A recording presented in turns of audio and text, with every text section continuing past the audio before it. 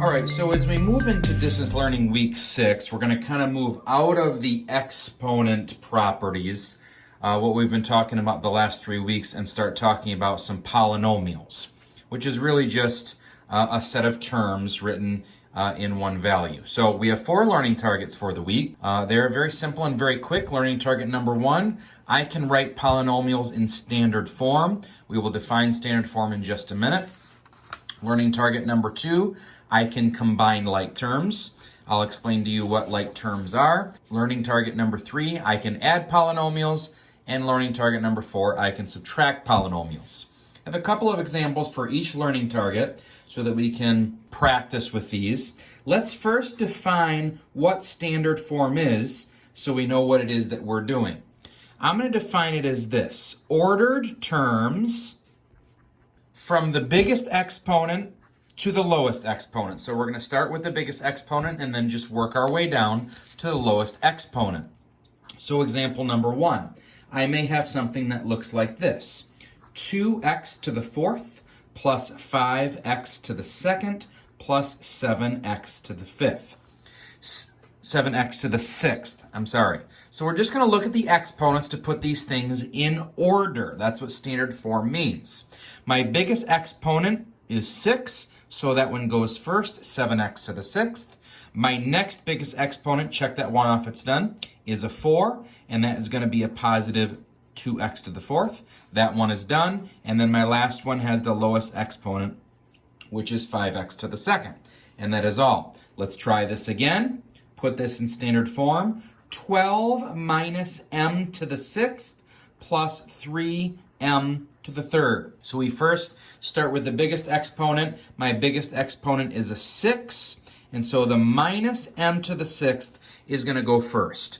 Remember, if there's a minus in front of a term, we have to bring that with it. So a minus m to the 6th comes down as negative m to the 6th. My third exponent goes next, which is a positive 3, I wrote x, a positive 3m to the 3rd. Now, a number which is called a constant doesn't necessarily have an exponent. You can think of it as an exponent of 0. 12 is like 12m to the 0. But I do need to bring that down here. And remember, the 12 is positive, so I can just bring down a plus 12. So this is in standard form. My exponents are 6, then 3, then 0. So that's learning target number 1.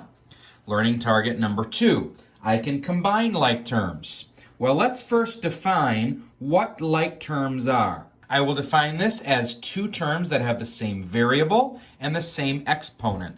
Both of these must be true in order for you to combine them. So let's try this for a couple of examples. Example 1, 4x squared plus 2x minus 3x squared plus 7x. Now these all have the same variable, all x, but we have to look at the ones that have the same exponent. My exponent here is 2. My exponent here is 2. So the first and the third term can be combined together. Remember, the 3x squared has a minus. So this is 4x squared minus 3x squared is 1x squared. And I can just write that as regular x squared. If you want to write a 1x squared, that's fine. You will not be marked down. Those are the same thing. And then finally, plus 2x plus 7x have the same variable, and the exponent is 1 on both of those. And when I add those together, I get plus 9x. So x squared plus 9x is the final answer after you combine like terms.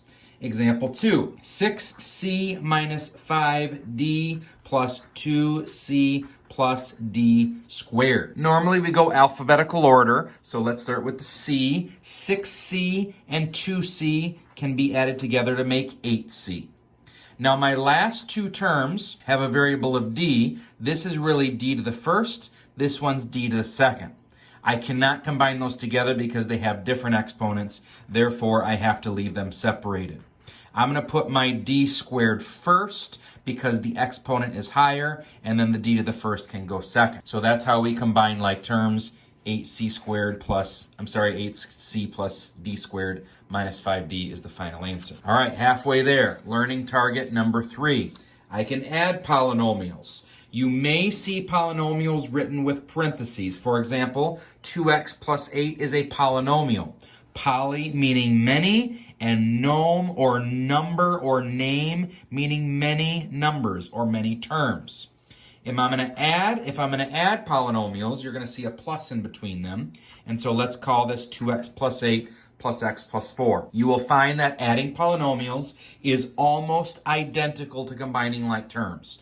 2x plus x go together. Think of this x as a 1x, so I can make that a 3x. My constants, plus 8 plus 4, I can add those together and make it plus 12. The problem is complete. This was example 1. Let's look at example 2. Here's a polynomial, 5x squared minus 2x plus 1 plus 3x squared minus 20. Remember, adding polynomials is almost identical to combining like terms. I have my 5x squared and a 3x squared. I can put those together and make that 8x squared. So these are checked off. Notice I don't have anything to go with the minus 2x. That one is all by its lonesome, so I bring that one down by itself. And now my constants, plus 1 plus a negative 20 is a negative 19. All my terms are combined. Notice the exponents go down. Squared, first exponent on the term, and then a constant. And my last learning target is going to be subtracting polynomials. The same as adding, except you have to remember one small thing. Let me show you. 7q plus 2 with a minus in between, 3q minus 10. This is very important that you take that minus to both terms. The minus belongs to the 3q and the minus 10. So this is essentially a plus 10. So I can say 7q minus 3q, I can bring that down as 4q. 2 minus 10. If you just say 2 minus 10, that's not going to be right. It's 2 minus 10, which is going to be negative makes a positive. 2 plus 10 is a plus 12. 2 minus 10 is plus 12. 4q plus 12, final answer.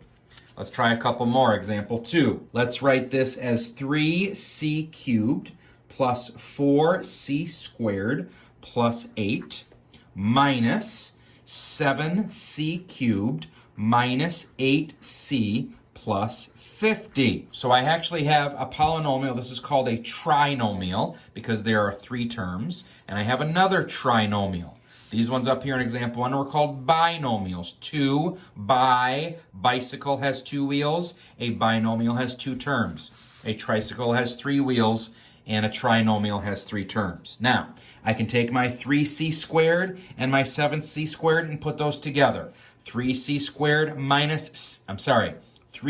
cubed minus 7c cubed is a negative 4c cubed because 3 minus 7 is negative 4.